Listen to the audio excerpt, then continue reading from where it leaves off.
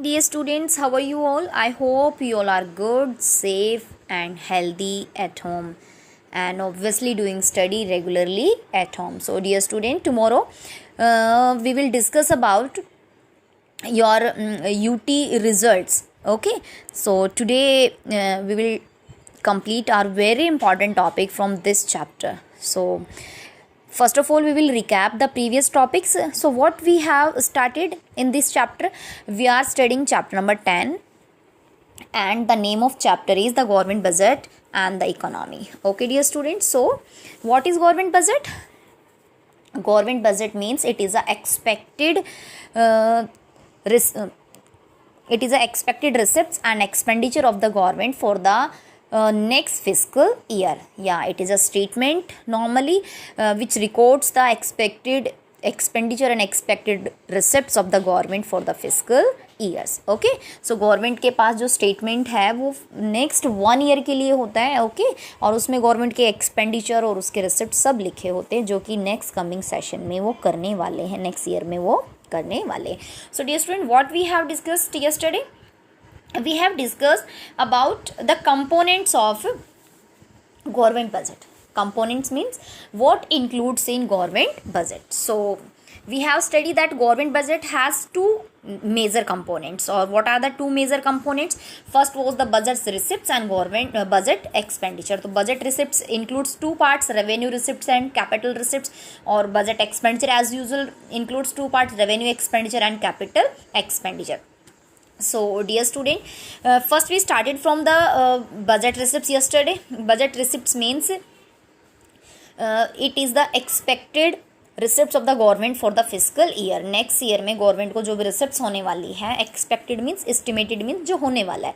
So this is budget receipts और it has two broad parts, revenue और capital. revenue means अगर simple meaning में अगर आपको learn करना है, revenue means these receipts are recurring in nature, जो गवर्नमेंट को डेली बेसिस पर होती है और it does not impact the government assets and liabilities. Government की एसेट्स एंड लायबिलिटीज़ पर भी इनका कोई फ़र्क नहीं पड़ता. तो अब ऐसी कौन सी इनकम है जो रेगुलर बेसिस पर होती है और ना ही उससे एसेट्स और लायबिलिटीज़ पर भी फ़र्क नहीं पड़ता. अदरवाइज आप सोचो कि suppose we want to arrange ₹1,00,000. अगर हमें 1,00,000 रुपये अरेंज करने तो we have two option. First we will borrow from somebody, हम किसी से उधार ले लें और जस्ट सेल आउट सम.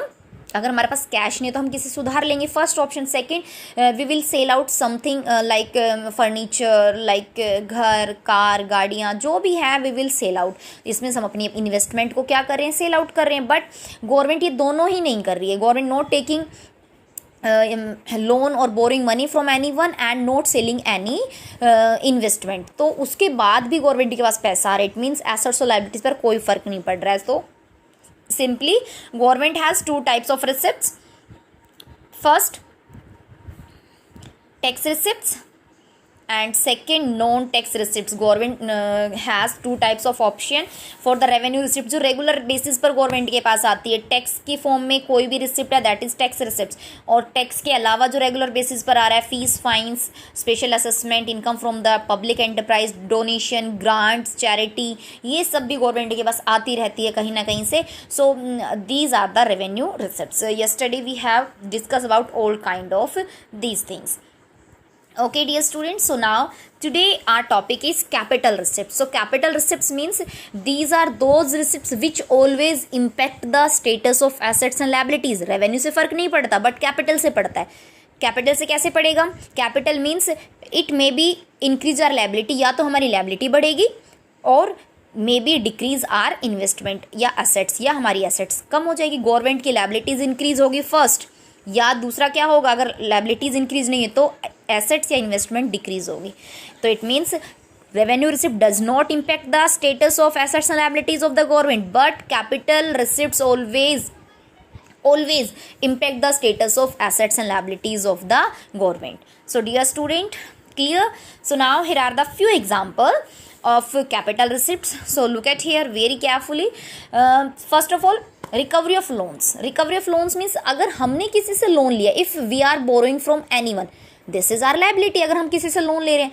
और on the other hand if we are giving loan to anybody, अगर हमने किसी को लोन दिया है, this is a part of assets, ये हमारी एसेट्स का पार्ट है। अब मैंने सपोज किसी को 1 लाख रुपीज़ दिए और on the after the 1 month, जो भी प्रॉमिस डेट थी, आफ्टर 1 मंथ उसने वो पैसे मुझे रिटर्न कर दिए, तो this is recovery of loans. Recovery of loans always be shown in the asset side. तो इससे हमारी एसेट्स कम हो गई, क्योंकि अगर हमने लोन दिया था तो वो हमारी एसेट थी, हमारी इनकम थी, इनकम आ रही थी, उस पर हमें इंटरेस्ट मिल रहा था हर महीने, लेकिन अब वो पैसा वापस आ चुका है तो इन्वेस्टमेंट खत्म हो गई है।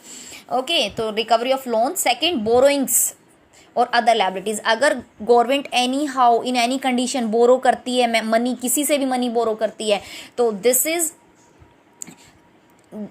Is the part of capital receipts and it increase the government liabilities. Simply boring from public है, बोरिंग फ्रॉम RBI है, बोरिंग फ्रॉम वर्ल्ड बैंक है, boring from any other countries also. अगर अपनी गवर्नमेंट किसी से भी लोन ले रही है, सिंपली बेटा ये कैपिटल रिसिप्ट्स है, डेली लोन भी नहीं ले सकते।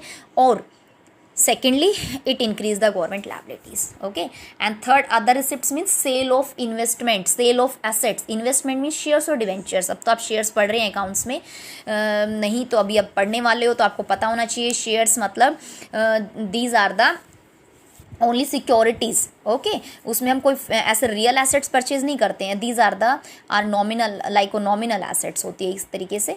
सो अदर रिसिप्ट्स मीन्स अगर गवर्नमेंट ने अपनी कोई लैंड, कोई बिल्डिंग सेल आउट की है, कोई किसी कंपनी के शेयर्स सेल आउट किए हैं, गवर्नमेंट कंपनीज के शेयर्स किसी को सेल आउट किए हैं, so selling of investment and selling of fix assets is also part of other receipts. So we have 3 main example: recovery of loans first, second borrowings from anyone, borrowings is the second, and sale of fixed asset. Disinvestment means sale of fixed assets, or sale of fixed asset you can say, and sale of investment means shares or debentures भी हम कई बार cell करते हैं।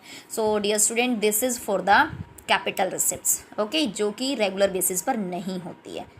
Clear?